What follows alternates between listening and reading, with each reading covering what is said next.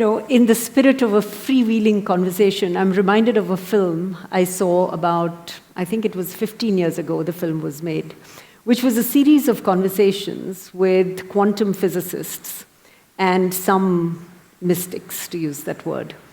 And the whole premise of the film was that the mystic and the quantum physicist is seeking an answer to the three basic questions, which are, who am I, where have I come from, and where am I going? I did not understand the film then.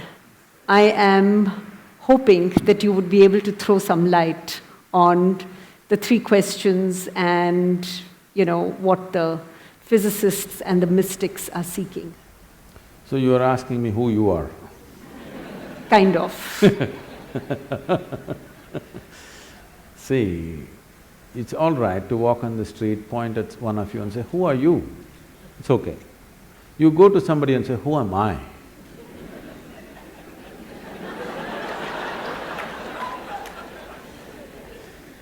This happened in the Cincinnati airport.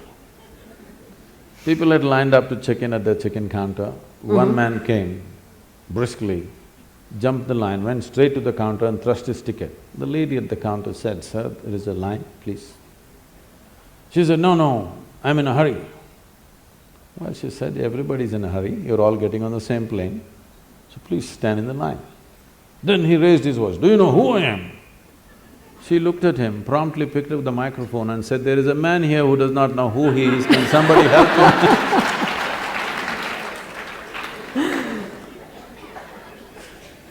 So, you should never address this question to someone else.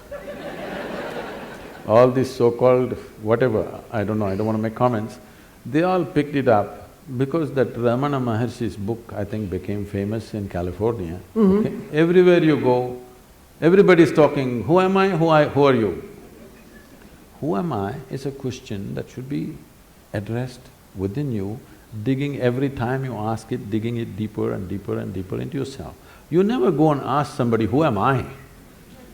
That smacks of something else. I was teaching a program in Los Angeles and this is maybe 150, 200 people. Half of them are all Hollywood types and a whole lot of them look alike, many especially women, not because they're sisters, because they have the same doctor.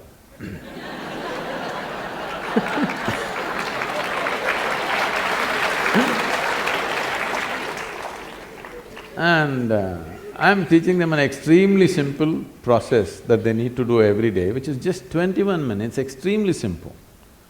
Just that. They're saying, Sadhguru, you're teaching us all these things.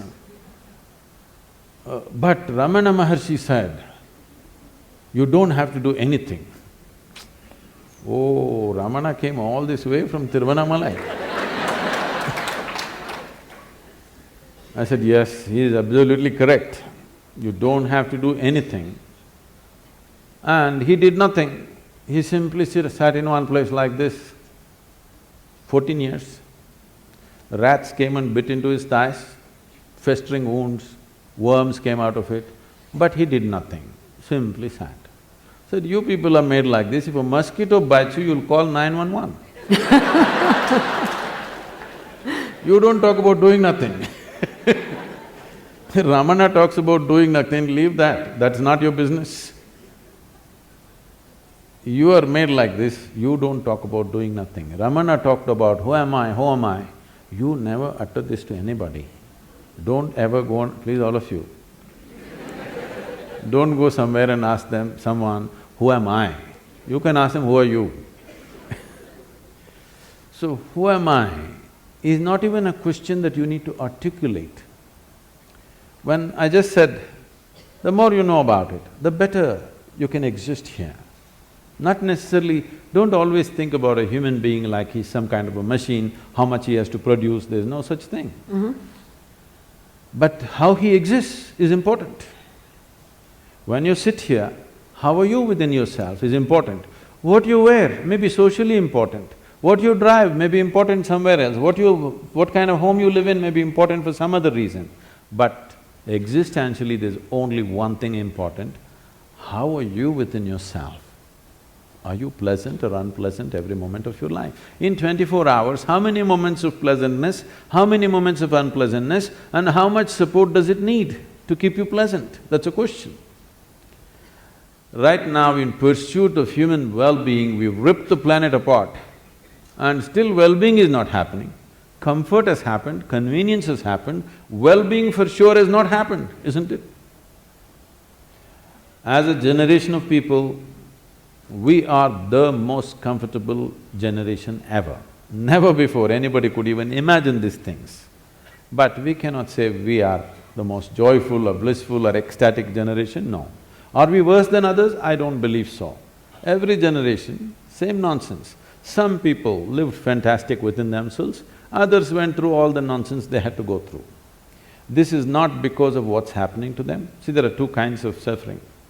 Physical pain can happen to you because somebody may cause something to you, somebody is no food, you're in a war zone or somebody is poking you. I'm asking all of you, in the last 25 years, how many times it happened to you, somebody took a knife and poked you? For most of you, it didn't happen. Maybe when you're in your school, somebody poked you with a pin at the most, or you were not even worth that, nobody poked you. They simply poked fun. Huh? They simply poked Whichever. fun at you. Physically, how many times suffering entered you from outside? Very, very minimal.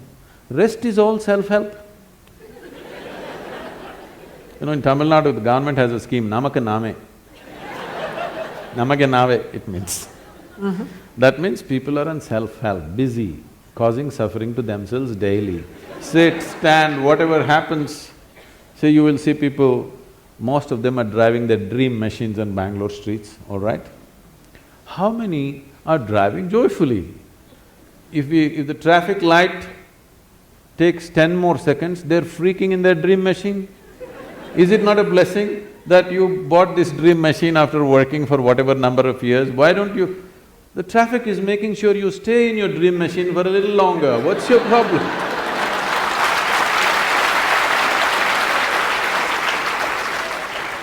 I'm saying just about anything, people are suffering. So suffering is not happening because of something else, it's simply because people do not know how to manage their body, their mind, their energies, their emotion, nothing. Because no attention has been paid. No attention to the nature of who you are has not been paid. So who you are, who am I, question is entirely internalized question, never to be uttered, never to be written down. Unfortunately, somebody printed it and the whole world is talking, who am I, who am I? Oh, this is okay if you are an inpatient. If you're an inpatient in NIMHANS, you ask, who am I? That's allowed. That's allowed.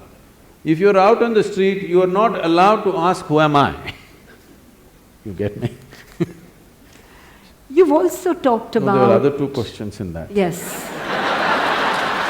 Yes. I'm waiting for those. Where are you going? There's only one way to find out, you must go and see. As I was saying just now, some things are best known only by experience. People want to know, after my death, what will happen? I tell them, you must know by experience. Are you ready? No, then don't worry, wait. Where did I come from? See, essentially what you're asking is, all three questions put together, you're asking, what is the nature of my existence? Yes. Am I this body? Am I this? Am I that? What am I? What is the nature? Because whichever way you look at it, you can prove I'm that. Because for everything there is some substance. You can prove yourself to be a woman, you say I'm not this, I'm a human being, you can say I'm just a piece of life, you can say I'm God, somebody may think you're something else, doesn't matter, but for everything there is some substance. So you can argue for it, but that's not the point.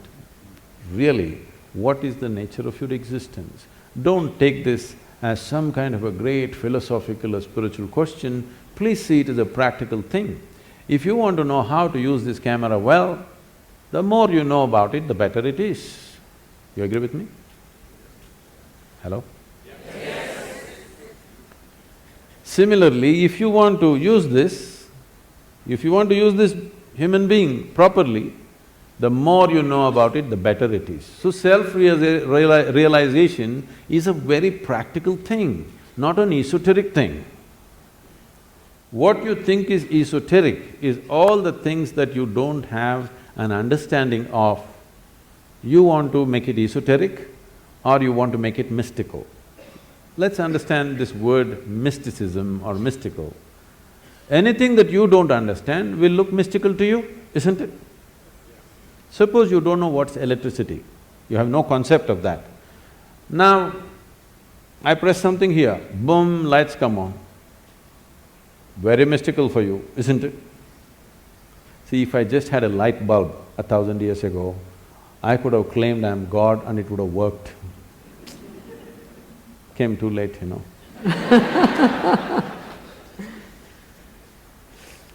So, the more you know about it, the better you will live. This is not something that you seek at the end of your life. This should be the first step of your life, if you value your life. Yes? Yeah. Knowing this should be the first step of your life. Very beginning of your life, this question should be asked. Can I tell you a story? Please.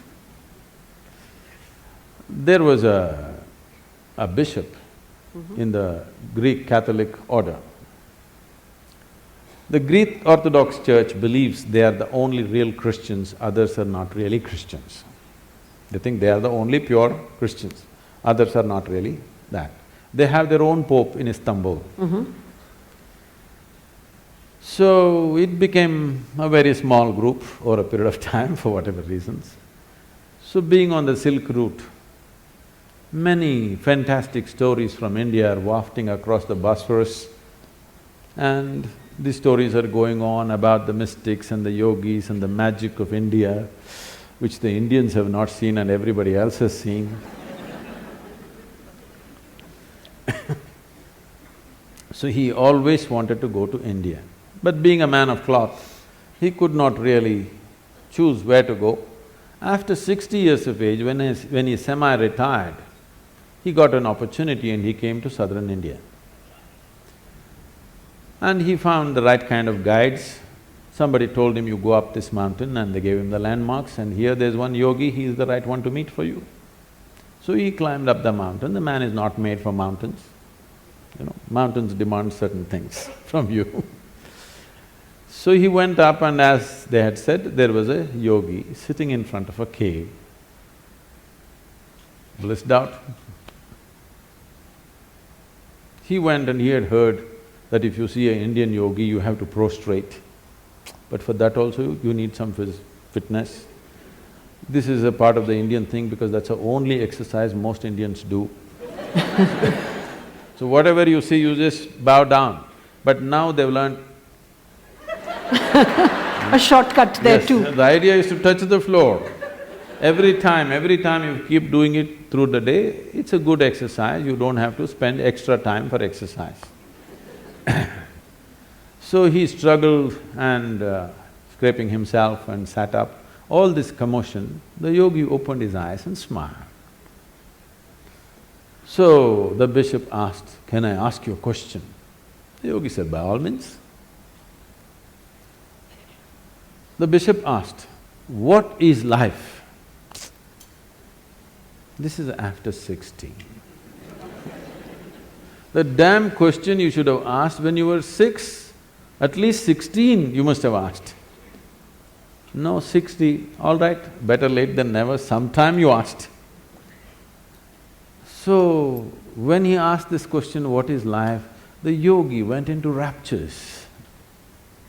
And then he said, life is like the fragrance of jasmine upon gentle spring breeze. The bishop looked like this, what? Fragrance of jasmine on gentle spring breeze? But our teacher told us, life is like a thorn. Once it gets into you, if you sit it hurts, if you lie down it hurts, if you stand up it hurts. And you are saying it is fragrance of jasmine, spring breeze and all this stuff. The yogi smiled and said, well, that's his life.